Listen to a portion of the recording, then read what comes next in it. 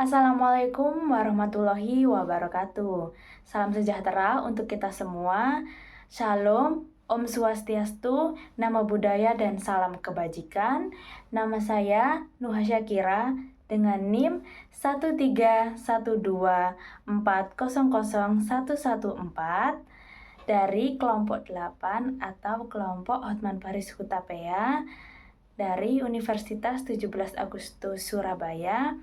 Tujuan saya membuat video ini adalah untuk mengkaji dan memaparkan tentang penanganan kasus pelecehan seksual yang telah dilakukan oleh dosen atau pengajar kepada mahasiswanya sendiri yang sudah terjadi berulang kali di negeri Indonesiaku ini.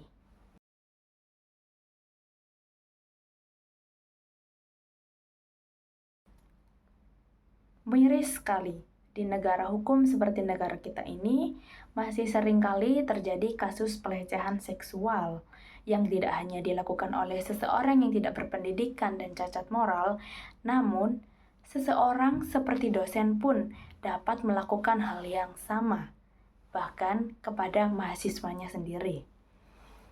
Menurut berita yang tersebar di internet yang sering kita dapatkan, tidak sedikit kepolisian atau pihak berwenang mendapati laporan mahasiswa yang telah dilecehkan oleh dosen atau pengajarnya sendiri. Hal ini membuat mahasiswa was-was akan hal-hal yang tidak diinginkan yang akan terjadi di sekitarnya. Mengingat bahwa seseorang seperti dosen tidak akan melakukan tindak pelecehan seksual secara sembrono. Dengan kedudukannya yang lumayan terhormat, dosen bisa saja melakukan cara yang lebih manipulatif atau pelan-pelan yang akan diberikan kepada korbannya yang akan membuat korban ini tunduk akan permainan keji dosen tersebut. Selain dengan taktik manipulatif yang cerdik, seorang dosen atau pelaku juga dapat mengambil kesempatan dengan memanfaatkan kedudukannya untuk mengancam mahasiswa atau korban apabila korban tidak mengikuti perintah pelaku yang nyeleneh.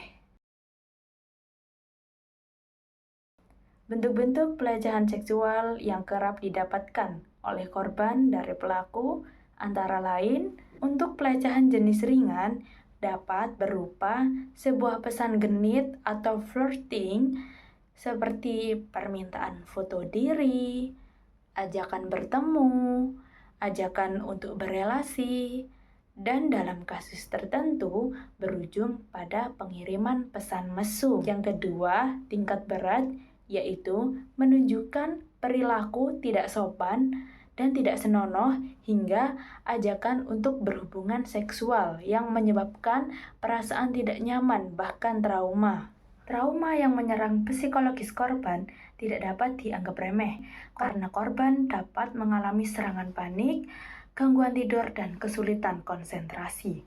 Hal ini akan berdampak bagi proses berkembangnya korban. Salah satunya akan menghambat korban dalam meraih impiannya atau harapannya, goals-goalsnya di dunia perkuliahan. Bahkan dalam beberapa kasus, korban pelecehan seksual pernah berpikir untuk bunuh diri.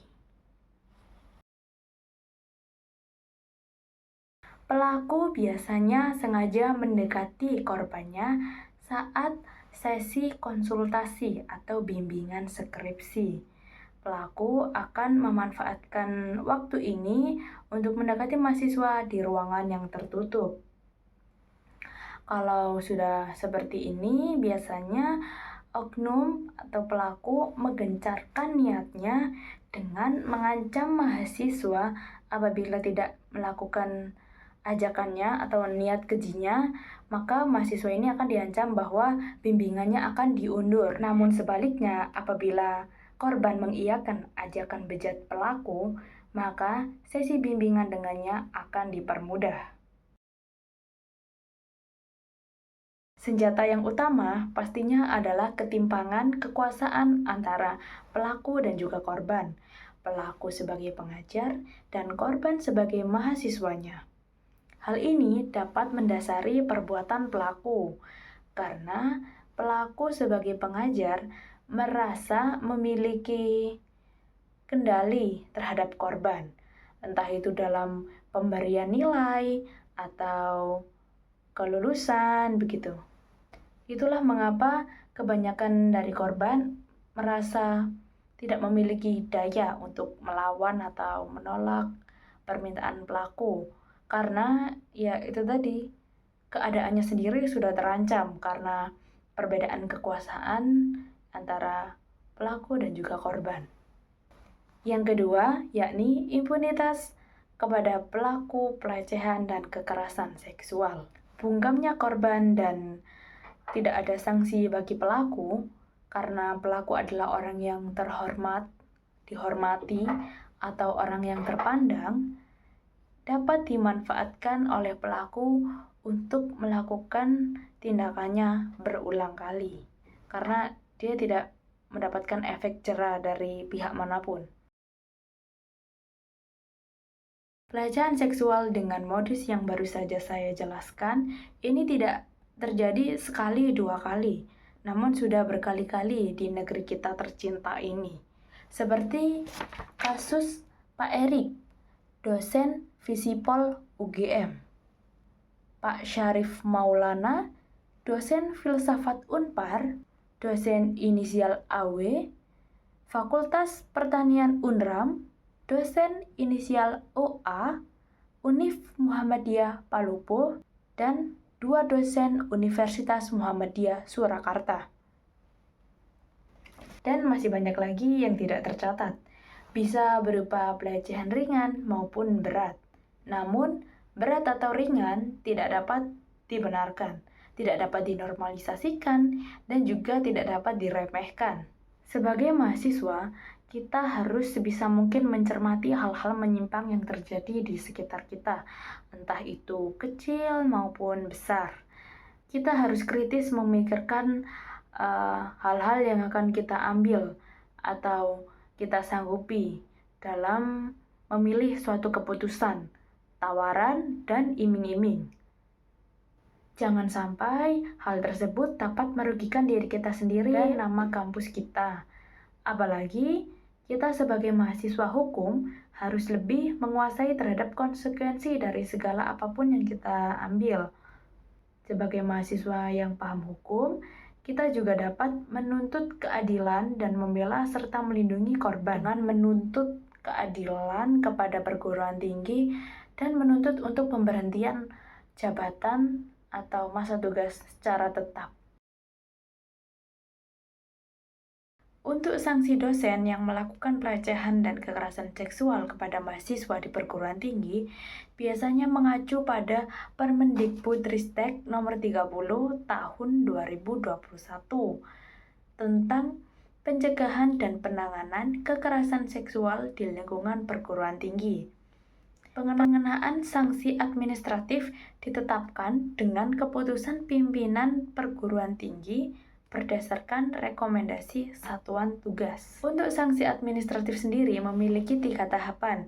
Yang pertama itu tahap ringan, yaitu berupa teguran tertulis atau permohonan maaf secara tertulis yang dipublikasi di internal kampus atau di media massa. Yang kedua, tahap sedang itu pemberhentian sementara dari jabatan tanpa memperoleh hak jabatan. Lalu yang terakhir, berat, yaitu pemberhentian secara tetap.